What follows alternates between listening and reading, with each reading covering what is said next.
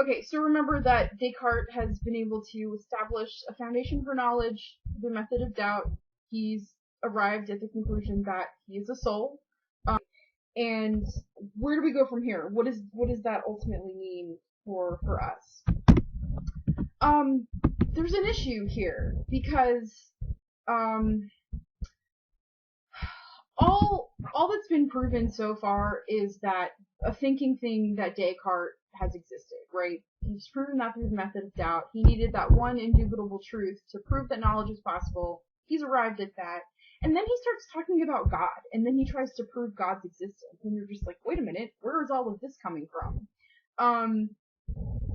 There's something going on here that is a little, it's a little buried underneath the surface, so I want to explain this pretty well. And what Descartes is trying to do is disprove solipsism, or we can also call it the skeptical hypothesis. Solipsism is the belief that the self is the only thing that exists. So all other realities are actually just figments of our imagination, their dreams, their hallucinations, or stuff like that. Other people and the external world, nothing's actually out there. There's just a self, right? Sometimes you hear it as like the brain in the vat theory or something like that. But because Descartes has only been able to prove thus far that a soul named Descartes existed, he hasn't been able to prove that there are tables and chairs and kittens and puppies in the world, right? The piece of knowledge he's arrived at doesn't get us very far. So, the reason that Descartes has to prove the existence of a benevolent God is so that he can prove that not only does he exist, which he's already proven, but so he can also prove that the rest of the world exists, right? Why does God have to be benevolent? Because God wouldn't trick us, right? If God wasn't benevolent, then he could be tricking us and making us think there were tables and chairs and kittens and puppies in the world when there weren't any, right? But because Descartes wants to prove that these things do actually exist, that we're not just making them up in our minds, he has to prove that God wouldn't trick us. So that's why he proves the existence of God after he establishes the soul. Because all he's done in establishing the existence of the soul is establishing the solipsistic world, like the skeptical hypothesis. So he wants to disprove that. The way he does this is by giving us an ontological proof for God's existence.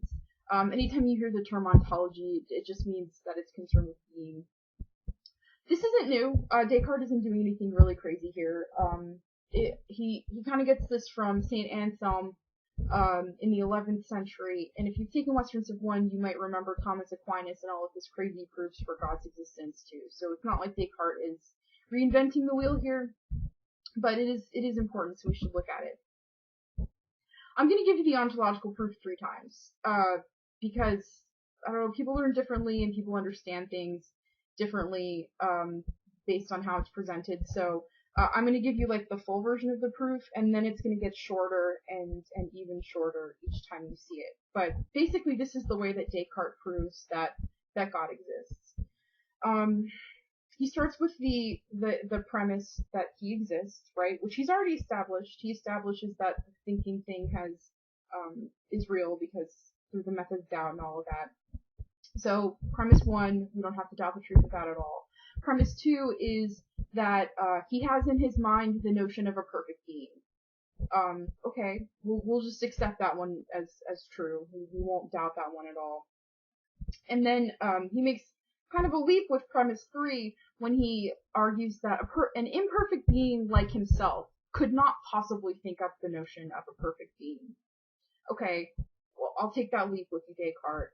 And what follows from 1, 2, and 3 is that the notion of a perfect being, which is in Descartes' mind, has to have originated from the perfect being himself. Because if Descartes is imperfect and he couldn't have thought up the idea of a perfect being, no other imperfect being could have thought that up and put that in his head. So, because he can think of a perfect being, that perfect being has to have been the originator of the idea of perfection. And then Descartes asks us to make another leap by assuming that a perfect being wouldn't be perfect at all if it didn't exist, so he concludes ultimately that a perfect being has to exist. That perfect being is God. here's the second version of the ontological proof, and this is sort of a more scientific way of looking at it, I guess, when dealing with causes. So if you take the premise that everything has a cause, and that includes our ideas, right? The ideas that we have in our minds are caused by something. Take that premise and then argue that we have an idea of God in our minds. Yes, that's the case with a lot of people, I'm sure. Descartes then assumes that nothing less than God is adequate to be the cause of our idea of God, therefore God must ultimately exist. I mean, there's a question here, right? Do we have an idea of God? Is that something that is standard across all cultures and all people? I don't know. Do we have a clear and distinct idea of an infinite and perfect being? Okay, let's assume that we do. Why does God have to be the only cause of that? It's a question that Descartes should deal with. So the last version of the ontological proof that I'll give you is just like a quick modus ponens version, and that one goes like this. If I can conceive of a perfect being, then the perfect being exists. Again, you have this background assumption working that a necessary condition of perfection is existence. So something that didn't exist couldn't be perfect, right? So if I can conceive of perfect being, then the perfect being exists. Well, hey, guess what? I can conceive of one. Therefore, a perfect being does exist. So this is the way that Descartes argues in favor of God's existence. The ontological proof is, I think it requires a bit of suspension of belief here. One major problem of it is definitely the idea that, okay, let's assume that Descartes is correct. If he is, then we'd all have the same image of God, right? If God's not a trickster, if he's benevolent, he wouldn't be putting different images of himself in people's heads. But it's not true that people have the same image of God, right? So either if all of these images of God are correct, that doesn't really sit quite well with Descartes' proof, so that's a big problem. Once we get past the ontological proof, I'll just sort of wrap up with some other stuff we can see in the discourse. Can we arrive at other truths?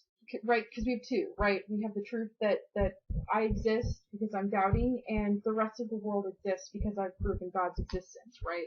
So two truths. Can we arrive at any other truth? Descartes basically says no. Even something like a mathematical truth is problematic because he says, imagine that a triangle and its essential attributes are that it's necessary for its three angles to be equal to two right angles. Great. But there's nothing in the world that proves to me that there are any triangles that actually exist. So we can't be really certain about mathematical truths. Descartes says, hey, if you don't believe me, if you haven't been persuaded by my evidence, I want you to know that all of the other things that you think yourselves perhaps more assured, such as having a body and that there are stars and an earth, these are far less certain, right, than the things that I have already proved to you. Descartes, above all, is a rationalist, right? So he advises that we should be guided by our capacity to reason at all times. We can't trust our sense experiences, but we can reason our way through toward conclusions. So he tells us that whether awake or asleep, we should never allow ourselves to be persuaded except by the evidence of our reason. And he says, not our imagination, not our senses. Remember, we can be deceived by our senses. So he very much believes in the power of human reason to arrive at truth about the world. Some other stuff going on in here that's kind of important that'll come up in a little bit. Descartes thinks that our bodies are basically machines. So that they're very fancy machines that are built by God, but we are just basically robots. So he has this really mechanistic picture of the universe, which is not uncommon for his time. They all view the universe working like this really great clock. And I think that has some really interesting implications about things like robots. in the 21st century. So he says, we'll regard this body as a machine which has been made by the hands of God and is incomparably better ordered and has within itself movements far more wondrous than any of those that can be invented by men. That's going to come back to haunt us in a little bit. So one of the things that's really cool is you can see a lot of scientists and mathematicians getting really interested in trying to create robots. And I'll post a video on Blackboard of a Jacques Drôle boy that is like this really cool automata that's neat. Descartes also believes that because we have the power of reason, we should become the masters and possessors of nature. He says it's possible to arrive at knowledge that would be very useful in life and render ourselves masters and possessors of nature. So basically, humans, because they have the capacity of reason, they should use it, and they should use it to become these controllers of the earth. Well, you should remember this because it's going to come back to haunt us when we get to Mary Shelley's Frankenstein, right? That's the story of someone trying to be a master and possessor of nature and failing miserably. So that's another thing to think about. Descartes does think that we have this positive, this moral obligation to make the world a better place. What he argues for really is like a scientific community, people to come together, contribute to the experiments that have to be performed, and communicate new ideas to the public so we can advance further than a single individual could do on his own. So he's got this positive view of progress and scientific innovation and moving forward, and he thinks that we have this obligation to improve the world. So one of the things we'll look at throughout the course of the semester is whether progress is a good thing, and whether man should attempt to become the master and possessor of nature. So I'm gonna end Descartes here. Let me know if you have any questions. And the next thing we'll talk about is Rousseau.